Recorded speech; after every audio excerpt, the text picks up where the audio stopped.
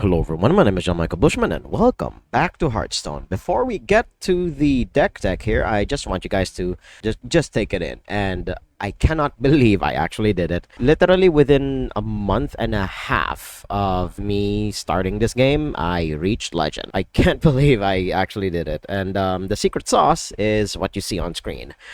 Just play an aggro deck. There are currently two aggro decks in the meta right now, Shadow Priest and Paladin. Specifically Libram Paladin, although I'll get to my rants about that later. Those are the two aggro decks that are tearing it up on the meta right now. Of course, there's also Demon Seed, but it has been gutted since I reached Legend with this deck in particular. Now that is the specific build I was rocking when I got to Legend on that date, as you can see in the corner there. But now here we are. We're now in the what's called the Legend ladder here on Hearthstone, and well, you saw my rank there when I got to it on that day. I have fallen pretty goddamn far since then. The thing that I noticed with Hearthstone is there are two types of ladders. One is the regular ladder that everyone knows and loves, and then there's the Legend ladder, where you get from the rank that you started at, and then your goal is to climb all the way up to Legend rank 1.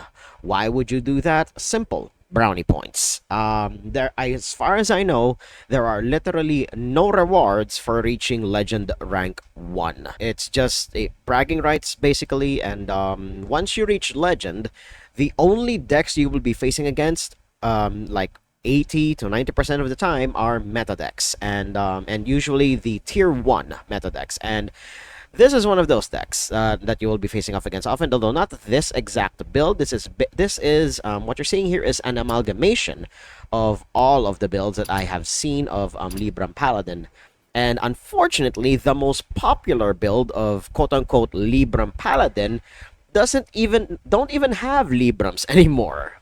It's just a bunch of cheap spells and creatures that can discount themselves to basically 0, and they just kill you that way. It's also like an insanely fast deck, in spite of it not having Libram of Divinity, which is like a huge boost of power, you know, +3/+3, and then it comes back to your hand. It gets to a point where your opponent will be swinging in for like 8 to 10 damage a turn, and then passes back to you, and you are barely recovering at that point. So there is that. But I still prefer the Libram heavy version of Paladin, because at least this is, I mean, I have an attachment to it, of course. I climbed to Legend with it, and I'm gonna freaking stick with it. And there is absolutely no way that I am bringing this deck to the casual rooms, because I will be getting a lot of angry friend requests after, if I did indeed do that.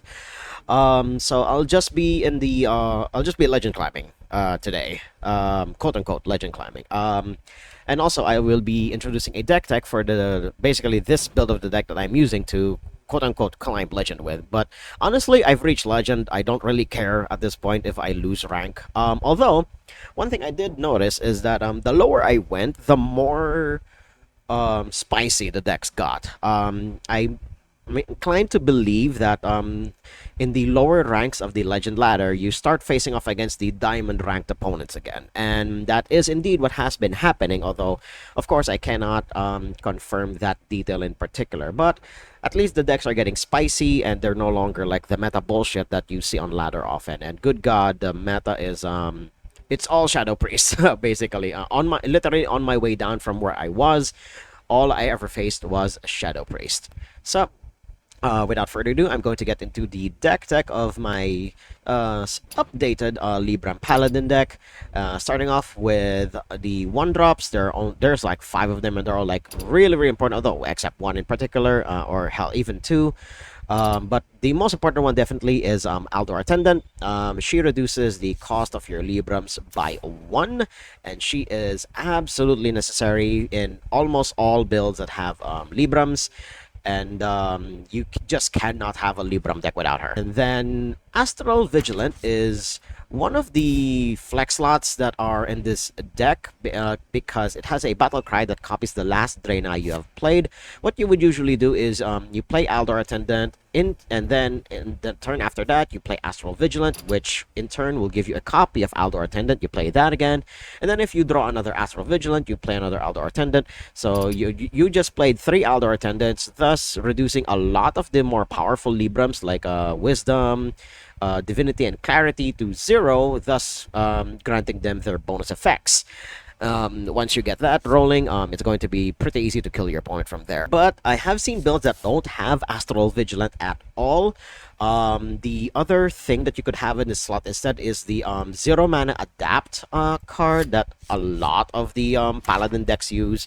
If I can find it, we're gonna do it live here. Yeah, here we go. Adaptation. You adapt a friendly minion, it gives you like any one of these like various things that you could potentially have. You know, if you've played with adapted minions before, I unfortunately haven't, but having any one of these is pretty good. But the one thing that I don't like about it is that you have to high roll it in order to get what you need. If you don't high roll it, then you're sadly shit out of luck. So I am choosing to not go down that route and instead just having more bodies on board. Christology is the biggest, like, it's the most important draw spell in this deck. I have seen builds that go like what they call XL variants, or you know, as I still prefer to call it, Renathal variants, where they would have this and 2 to 4 other card draw spells in order to filter through the deck. And as you will see later, we could have the 5th option is actually a tourist. But Christology is an absolute necessity in this deck. This basically acts as additional copies of your 1-drops in this deck that are absolutely essential in getting your game plan going. And then once you're there, it's going to be pretty easy. And then up next is Divine Brew. This is also another one of those like flex slots. You could have this, or you could have, as you can see here, Blessing of Wisdom instead. But the problem that I've run into Blessing of Wisdom is that it makes the minion you targeted with it an absurdly huge target, for lack of a better word there. Although if the minion does indeed survive, and you would usually cast this on the Aldor Attendant because it has such a big booty, and that allows it to survive a lot of attacks. But what would usually happen next is you would overdraw, and I do not like that in my decks. So it's something to keep in mind though, because if there's one thing that aggro decks don't like doing, it's just sitting around with no gas in hand. So keep this in mind when you're building this deck. But going back to Divine Brew, definitely gives your minions survivability, and it's basically like 6 copies. You know, if you craft like 2 of them, you basically have 6 copies of this card in your deck. It allows your minions to survive damage based effects, and of course they would still die to stuff that says, you know, destroy a minion and whatnot. But at the very least, this covers the base of about 60% of Hearthstone's removal. So I prefer this over the Blessing of Wisdom. And then up next, kicking up the rear with behind all of the other 1-drops is Knight of Anointment. This is also another flex slot in the deck. Some builds don't have this guy at all. I don't know why, but there are a lot of like holy spells in here. And in fact, there are only like 2 spells in this deck that it doesn't get, and it's the 2 quote-unquote stacks pieces, as we Magic players would call it. But otherwise, he gets like a large majority of what's already in the deck, and this is why I would prefer him, because the Librams in this deck are so essential that you cannot just sit around in this in games with this aggro deck in particular doing it. And did I mention that this is an aggro deck? There are no other ways about it. It's just Unga Bunga, you know, from 30 to 0. There's nothing else to it. Then moving on to the next spell, we have Cold Feet. This is a dual class card. You can also use this in Death Knight if you wish. Enemy minions cost 5 more next turn. This is definitely a meta call. I have been facing off against a lot of Shadow Priest, and there's also like Shaman here and there that uses a lot of minions, but this basically kills a lot of minion-based strategies, which is just mostly aggro decks at this point. And it's definitely a trickier card to use than it looks, because you don't just throw it out, like immediately just throw it out. The timing to use this card is when you're far ahead, or at least only slightly ahead, and then you drop this card down, and then it would stop your opponent from playing the game. And once that happens, it's basically a turn skip at that point, and then you would kill your opponent hopefully soon after, or at the very least put them down at the life total so low that they would have to start being defensive. Next is Interstellar Researcher, which is basically a third and fourth copy of Knight of Anointment, but she has spell bursts, so she draws 2 cards over time, and she is basically essential to a lot of the strength of this deck. And if only I could read Draenei. Girl, you are Draenei. How dare you? Oh my god. But yeah, she is definitely essential to this deck, and there are builds that have only 1 copy of her, but I still prefer the 2 because of the number of Librams that I prefer to run in this deck in particular. Then up next, Libram of Wisdom has been a staple in a lot of Libram decks ever since, although these days, because of the speed of the format right now, with at least in my experience, I face off against a lot of Shadow Priest. Cards like this have sadly been eschewed, but it is nearly infinitely recurable, unless of course your minion gets silenced or gets polymorphed into something else, in which case the Libram of Wisdom is also removed from the game, so that sucks. But we have one other card that returns it to into rotation once we do indeed get to that. Then coming up next is Rebuke. Enemy spells cost 5 more next turn. This is definitely going to be a hit against spell-heavy strategies. Namely, in this case, Mage and Warlock. They use a lot of spells. And hell, both Rebuke and Cold Feet can also be used to counteract fellow Paladin decks, surprisingly, because Rebuke increases the cost by 5, so that removes a lot of their tempo, and Paladin reduces the cost of their spells by a lot. I mean, as you can see with my deck in particular. And this is sometimes also a death nail against certain types of strategies, like say Mage in particular. Just casting a Rebuke on Mage at once or twice is going to set them back so very far that they will barely have any time to recover. Definitely keep this in mind as you play this deck. And in fact, this deck draws through its minions and Librams so fast that sometimes the only stuff that gets left in the deck are like Cold Feet and Rebuke at that point. And by that point, you're probably already winning, so keep that in mind. Up next is Interstellar Slicer, and this card was actually buffed in a recent balance patch. It used to be a 3-mana 2/3, but now it's now a 3-mana 3/2.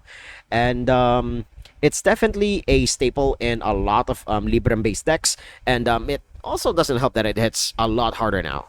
Compared to when it started, at just a measly 2 damage. So this can trade favorably against a lot of 3 toughness minions. Some builds even have instrument tech so that you can search this card up.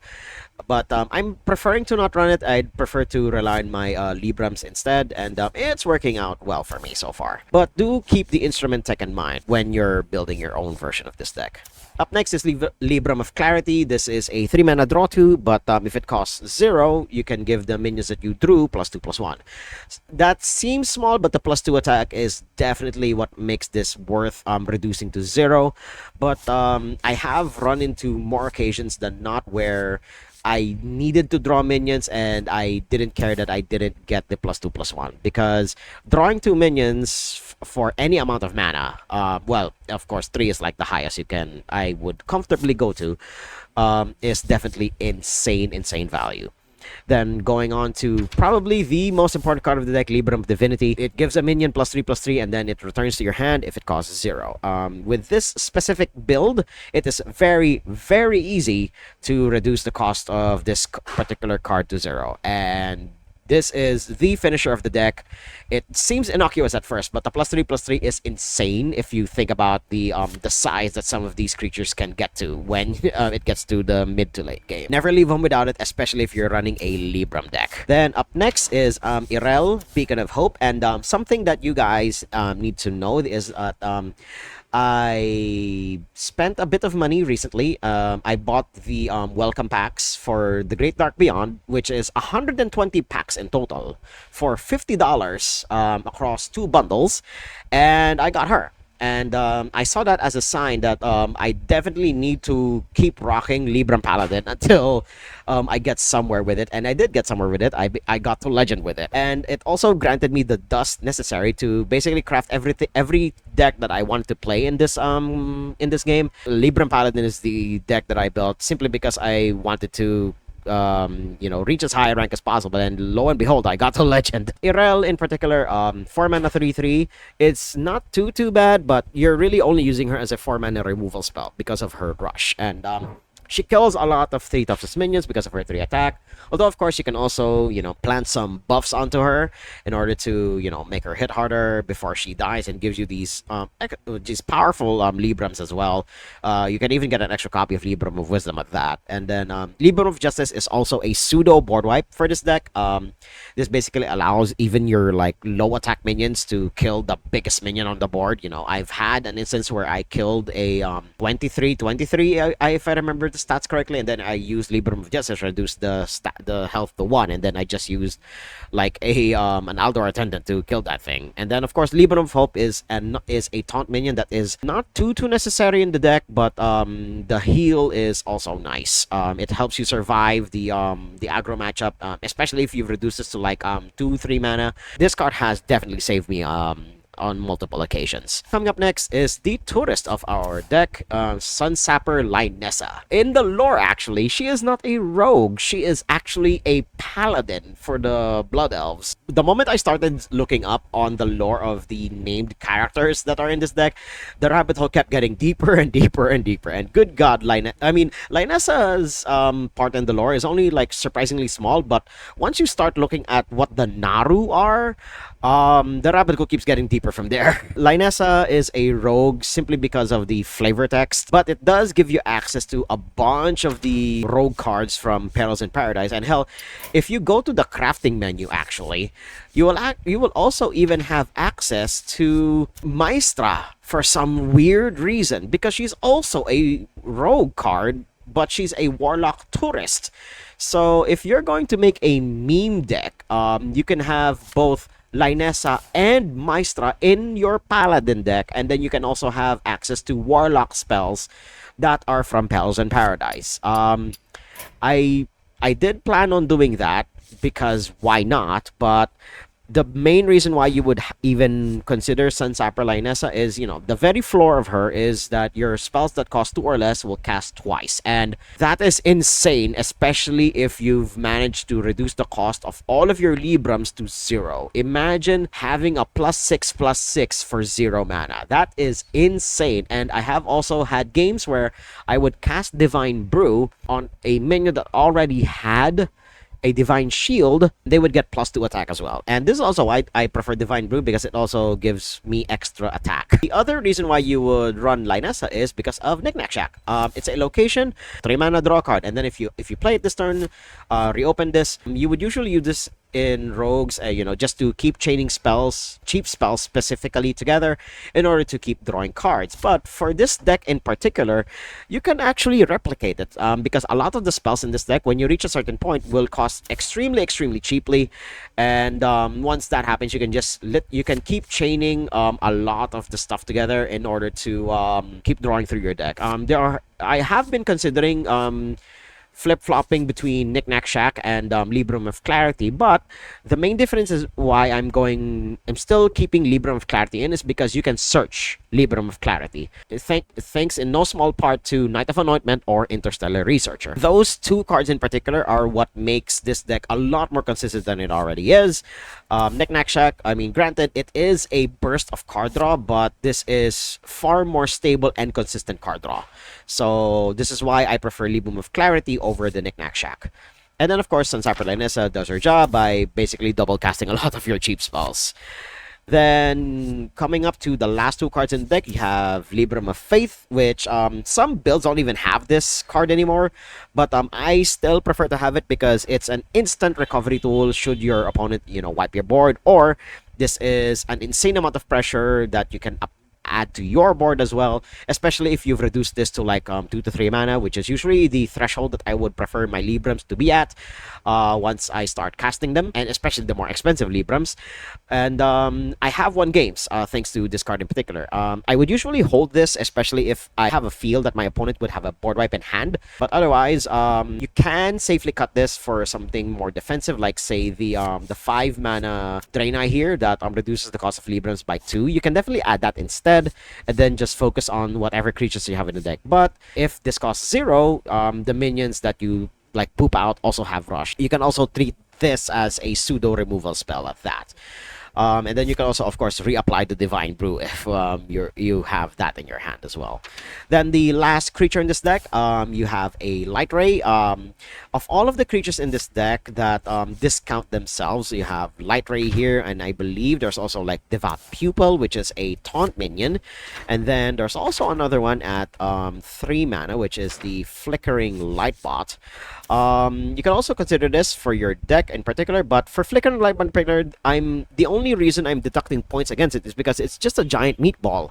And granted, it does synergize with a lot of the other stuff that you would do in this deck, but he only reduces his cost if and only if you cast holy spells. And granted, you do have a plethora of holy spells in here that would allow you to easily cast like both of these light bots for like super cheap, usually at 0, and it's a free minion on board. The same principle applies for the Devout Pupil, but he's slightly harder to get to 0 mana simply because you need to have cast a spell on friendly characters. So not just you, but also your minions. He has saved me a lot of health as I was climbing up to legend. But definitely the easiest one to get to 0 out of the bunch is Light Ray. This, you can get him to 0 just by playing the game. And this is why he has floated to the top among all of the other minions that I mentioned. I would prefer to have the Light Ray over the other cost-reducing minions in the deck. And that is it for my updated Libram Paladin deck for the ranked ladder here on Hearthstone. I will probably be carrying this deck until the day that this archetype in particular gets power crept out of the format. Because for now, Shadow Priest is the bane of my existence. I auto-concede a lot on rank ladder the moment I see a piece from Shadow Priest. Another card you could also actually consider for this deck is Lady Liadrin. If you don't like Sunsapper Lionessa, you could put Lady Liadrin there instead, but 7 mana is a lot bigger than 5. Sunsapper Lionessa is definitely the top end of this aggro curve right here, and this curve is already like pretty goddamn good because you don't really consider this as 6 and 9 drops simply because you can reduce their cost like all the way down to 0. So that is my deck tech, and let's get into these duels. Oh, and of course, the reason that convinced me to get to play Paladin is because of an animation by Ronchi. If you know what I'm talking about, well, Uther versus Gul'dan. Immediately facing off against Warlock. Oh boy, I can only wonder what we're going to be fighting against. And we got a cracked ass opening hand. I will show you guys why this deck is the mess that it is. Although, granted, this might not even be Demon Seed Warlock because Demon Seed has been nerfed to be at such a okay, it's still Demon Seed. But it's an XL variant, so that will be interesting.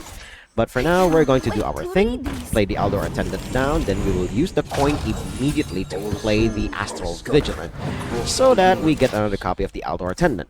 And then, come turn 2, I'm actually thinking of using Rebuke, like, literally immediately. Yeah, to stop bullshit like this. But I think he's gearing up for removal for the Aldor Attendant here. Okay, yeah. That is to be expected. The Aldor Attendant has such a huge booty that I am not surprised that it came to that. But we're going to keep reducing cost to 0 here. Then we will buff up the Astral Vigilant by a little. There we go. Swing in for our 2 points of damage, and then we will draw our 2 cards. And we got both Knights of Anointment. I would have preferred to get the other Astral Vigilant so that we can keep reducing the cost of our cards here, but I guess we'll just take what has been given to us. The Knight of Anointments at least will get us our Librams if it does indeed come to that, or it will also get us the Libram of Clarity, which allows us to draw cards. But my opponent still gets into... Oh, he's still not in stage 2. Okay, good. Yeah, having it at 12, now he's at stage 2. Yeah, definitely increasing this to 12 has made it a lot harder for it to trigger, and then but it at least gives us players a far bigger chance to compete. So they're trading away the Hearthstone. That is fascinating. Okay, so you can draw the other Hearthstone, of course. That is to be expected, but so we'll get our Interstellar Researcher here. Libram of Faith is not what I would have wanted, but we're going to give this guy a shield because we can. There we go. Libram of Divinity, that is fine. I'm actually going to attack into here because we can. And then we'll sadly sacrifice the Eldor Attendant here so that we can attack into the Imprisoned Horror soon after. Good God, this card, good God. It's basically a 0 mana 4/4, especially given how this deck likes to roll. But, ooh, we got hurt pretty badly there. And we are not drawing into our minions. So we'll get Knight of Anointment here. Hopefully draw Libram. Well, that's a Libram, but not the Libram I wanted. So we'll draw again. Let's see what we get. Well, we got Libram of Clarity, alright. But I'm not even sure I would want that. But unfortunately, at this exact juncture, we have to. Let's see who we get. We got Irel and a Light Ray. That is actually fine. Fine and dandy indeed. So we put that there. Then we'll give it a drink. There we go. Then give it Divine Shield. Then we'll give it a Libram. Then we'll give it another Libram. And then my opponent will use a spell that just instantly destroys it. That is honestly very, very common. Also, just to let you guys know, this video won't be too long today because I have somewhere to be in a bit. There are only probably like 3, maybe 4 games in this video, so we're going to see. But this matchup isn't going as fast as I would have wanted. But I think we should get Irel down now, then just get the Librams from there. Especially given how powerful the Librams from her are. So we will reduce this to down to 3. There we go. We have our 3 Librams there. And then we will keep giving this guy buffs. Although it's not going to be able to get through to us anyway, so we're just going to swing for our 8 points of, well, actually 10 points of damage. There we go. And then, wait, how many cards do we have in hand? We have 8. This is going to be 7. Then next one will be... Okay, sure. We'll still draw our cards. We have another Light Ray. And we have Sunsapper Lionessa for potentially next turn. I guess we'll just put down the other Light Ray because we can. And so that we have hand space. So, yeah, my opponent is facing nearly lethal. And, yeah, the nerf definitely... slows down the Demon Seed deck significantly, but yeah, they're still able to get to like stage like 2 to 3 with relative ease, but they are at very low life total at that point, and my opponent could potentially just be dead here. Okay then. Okay, sure. You have Molten Giants, that is fine. Do damage on a minion. Sure, just a little bit of health. Now, can I kill them this turn? I'm actually wondering if I can kill them this turn. Or do we do some damage control? I don't think we need to, surprisingly. Because we cannot we don't have access to Libram of Hope here.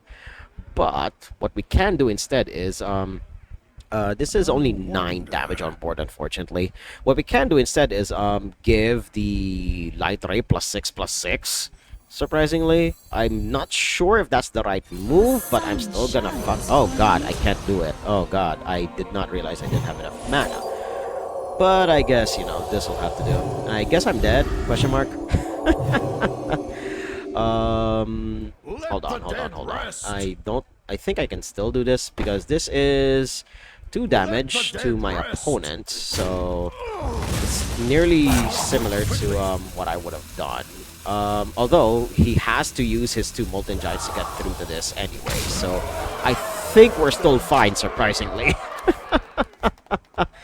He has to use his Molten Giants in order to get through to me, so there is that. And he will be at a very, very low life total at this point. He will not be able to complete his quest here. And okay, yeah, that's to be expected. Sure. Are you sure, opponent? Sure. Okay, yeah, definitely. But he is at 3, so there is that. And yeah, my hand is full, I know. We could... I mean, he will definitely not be doing too much here, so I guess we just restore our health here, and then hopefully this Ancient Guardian is going to get us far. Yeah, definitely.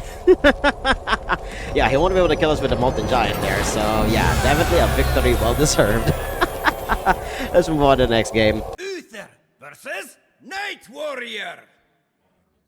Alright, we're facing off against Priest, and I am not confident about my odds, because this could literally just be what I think it is. And we're actually going to throw back a lot of these cards, and I didn't say it, or rather, I wasn't able to say it as I was starting the games out, but you saw my rank, and you're seeing my rank now. Yeah, I have definitely fallen very, very far.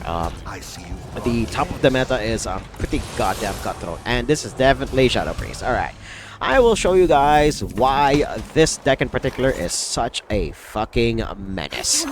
But for now, we're just going to reduce the cost of our ship by 1, and you're going to see in a bit why this deck is the current king of the rank ladder here on the Wild format. And, ooh, okay, sure. We definitely lose out on a Surge there, but it's not too big of a loss, surprisingly. So we'll just turbo out the Interstellar Star Slicer. Surprisingly, we barely only have enough damage in order to kill this guy. So this, and of course this, sure. Alright, cool. Then, good thing I didn't go with Christology there, because the Dirty Rat would have screwed me over far more significantly at that point. But yeah, the one benefit also when you're playing on the Legend ladder is you can actually see your opponent's rank. And I didn't know that was a thing. I thought that was a feature that was wholly exclusive to people who have the deck tracker, which reveals a lot of information. But I guess it also applies to when you reach the Legend ranks. So that's surprisingly thoughtful, I guess. I don't know how else to describe it, but at least you'll know who you lost or won against. And I'm pretty sure if you're and this is just me with tinfoil hat conspiracy theory here.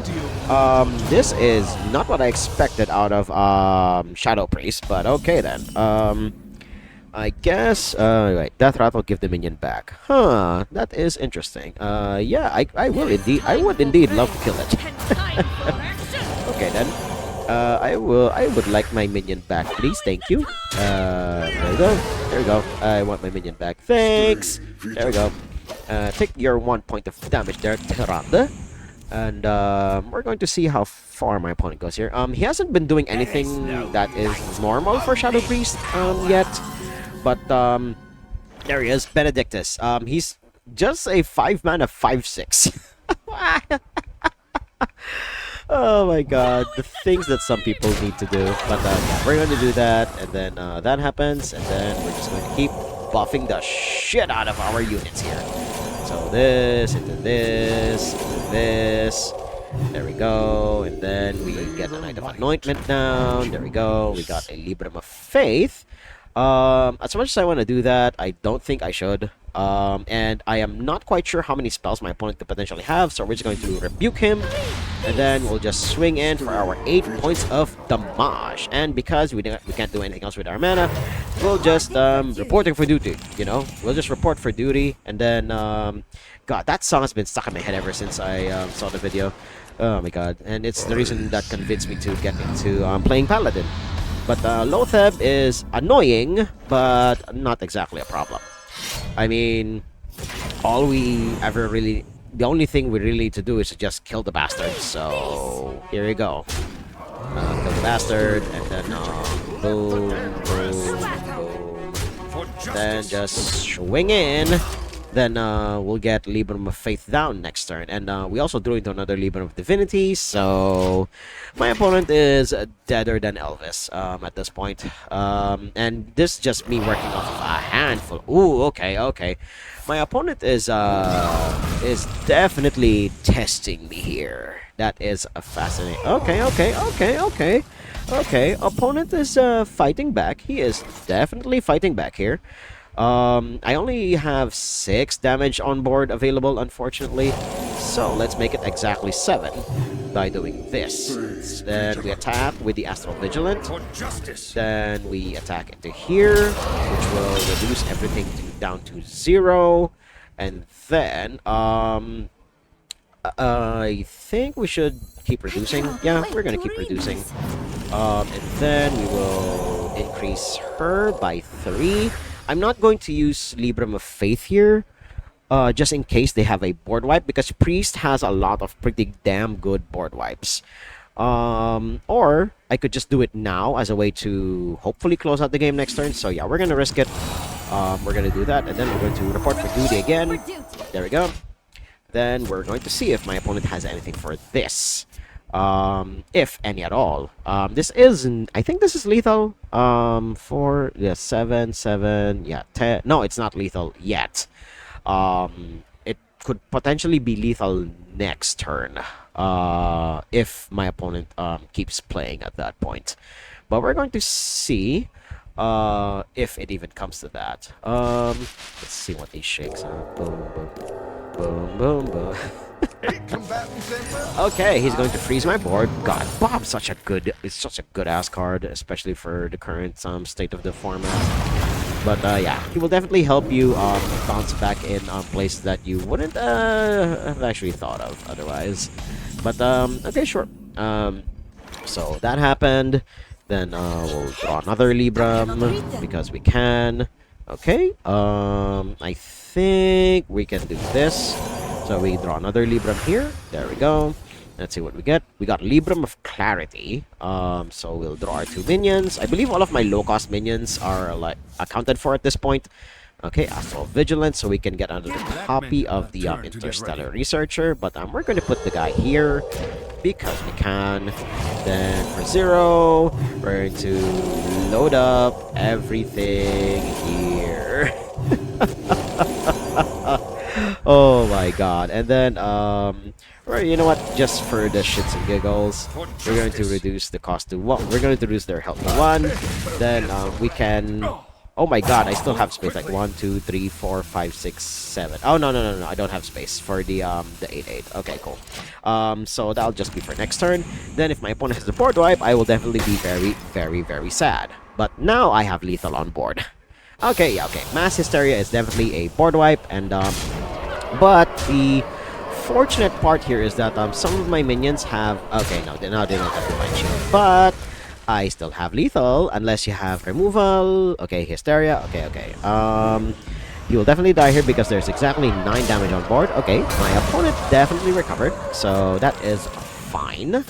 But I still have an Astral Vigilant, Christology. I don't think I have any targets left in the deck, question mark. Okay, I definitely don't have any targets left in the deck. So we get Interstellar Researcher, we do that. I don't know if I still have targets. Okay, I still have a target in that one. So we'll draw 2. I'm guessing, yeah, it's Lynessa and another Light Ray. Okay, cool. Then because of Spell Burst, we do that. And then we'll just play Lynessa because we can. And then we get another Light Ray down. And then we get double cast of Librum of Divinity here. And then we'll cast this here. This is like the most broken thing I've ever seen this deck do, but unfortunately, knowing Priest, they probably have a plethora of board wipes, and you know, I'm just gonna buff Lynessa as well. Then we'll swing in for our 1. If you don't have anything for this opponent, you're going to die like soon here. And also, you're going to see here this cute little interaction with Lynessa. Because it casts twice, it surprisingly sees itself, and you're going to end up with additional copies of Librum Divinity. So, okay, he will still live, but he'll definitely remove Lynessa here, simply because he wants to live. God damn it! Okay, then. I'm pretty sure he's going to end up with removal here, but we're going to see. I don't know if I still even have minions in this deck left. Oh my god. But I think I can still do this, in spite of everything my opponent has done. But we're going to see. We're going to see. Unless my opponent no longer has anything here, but we're going to see. Amanthul is definitely something that will like propel him back from getting behind. But yeah, if my opponent's roping here, they could potentially have nothing left. Okay, Zephrys is definitely a way to squirm their way out of the situation. But knowing, okay, what do you do? Silence a minion? Okay, sure. He has 2 toughness. That's not going to help.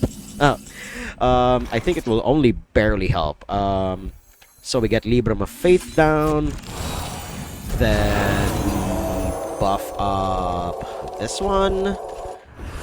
Then we buff up this one. Then we buff up this one. Then we buff up this one. And then that's 14 damage. So not exactly lethal. But we'll heal a little because we can. And then we'll spread our drinks a little because we can. Yeah, this will kill Amanthul. There we go. So this, into this, into this. And then we'll swing for 15 damage here. There we go. 7 and 7. And then we will reapply the Divine Shields here. And if my opponent finds their way out of this, I'll definitely kudos to them. Because I only have 5 cards left in the deck. And see, this one I told you guys. Once this deck gets rolling, it chews through its deck so fast. And my opponent's definitely dead if they don't have anything at this point. But again, knowing Priest, they have a plethora of really good board wipes. But they didn't have it. Alright. That's definitely a win against this specific build of Shadow Priest. It's definitely not as aggressive as I expected it to be. But a win is a win, especially against Shadow Priest. Let's move on to the next game. Uther versus Jaina. We're up against Mage, so this could either be really easy or really hard, because Mage has a shit ton of removal in their arsenal. So we're gonna do full mulligan our hand because we need our discounters, and Star Slicer is one of them, but it's pretty goddamn slow. So we need Crystology. I would have wanted Crystology off the top there. Let's ruin the set here, so we're gonna keep bashing away here. Oh wait, no. You'll only really be able to ruin this set once you've activated DJ Mana Storms stuff here. But yeah, so we're just going to play with our Submit, and this is the one that I love playing with the most, the bass guitar. Oh god, it's Secret Mage. Okay then, we are definitely in for a lot of trouble. I have a, I don't have a good win rate against Secret Mage. Simply because, you know, they have a lot of stuff that can remove your minions, and they will control your board, and then they'll slowly but surely chip away at you until you die. So there is that, and I definitely need to kill this guy, simply because they can very easily deal with whatever stuff I put out on board. So there is that. That's definitely a couple of life points worth getting into, and yeah, I have no idea how I'm going to fight against this one because all of my moves are extremely telegraphed. So let's just DJ it a bit here. She's already done her job, unfortunately, so we'll just swing for a 3 here, and this could either be Objection or Counterspell. Yeah, let's see, this is 3, this is also 3, shit, could literally be anything. So we'll just equip another weapon here, reduce the cost by 0. We will draw our 2 cards. No, it's not Counterspell. Alright, cool. So now we will find out if it's Objection. Is it Objection? No, it is not. Alright. Ooh, oh, it's Explosive Runes instead. Alright, cool. So this secret isn't what I thought it was. So it could be something else entirely. So we're going to find out what it is. I think there's also a mage secret that lets you draw cards if you didn't take damage that turn. So we're going to find out if it is indeed what it is very, very shortly here. Normally I wouldn't use Light Ray here, but knowing that this also isn't objection or counterspell, I think it's safe to put him down, just as a way to stem the bleeding a little, while I, you know, reduce the cost of the stuff that I have here in hand. Yeah, definitely my opponent has put up a lot of early game pressure, and I have been on the back foot like since the start. Okay, yep, 3 damage, sure. Then they will easily deal with it using that, sure. But at least it's 6 damage that and a bunch of others that is not going at my face here. But yeah, definitely not feeling too confident of my odds here at this point. They have, I think this is lethal. Yeah, they definitely have lethal on board, but if this is counterspell, and I'm definitely not going to survive until next turn. So either I see you guys back on the deck building screen, because this will be the last game of this video, because again I have someone else to be, or you know, I somehow crawl my way out of this one. So I'll see you guys there. Okay, we're back here at deck building screen, and yeah, about what I expected out of Librem Paladin. It's a very, very aggressive deck, has a lot of minions low on the curve, and then you basically pump them up, and you don't go exactly wide with this deck, you go slightly tall, only slightly tall, because if you put all your eggs into like one minion basket, it's not going to end well. But yeah, this specific build feels really good. It has enough card draw to survive. Of course, it will allow, of course, not really allow, your opponent has to spend their removal or force their creatures into unfavorable combat situations in order to survive.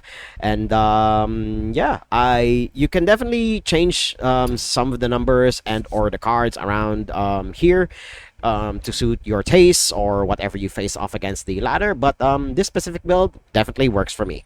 So this will probably be the first and last time I will be recording Librem Paladin, because people do not like just watching this deck, because it only does one thing and one thing only, but at least it's very good at doing that one thing. So I just wanted to showcase the deck that got me to legend rank, and I will probably keep doing this until this archetype gets power crept.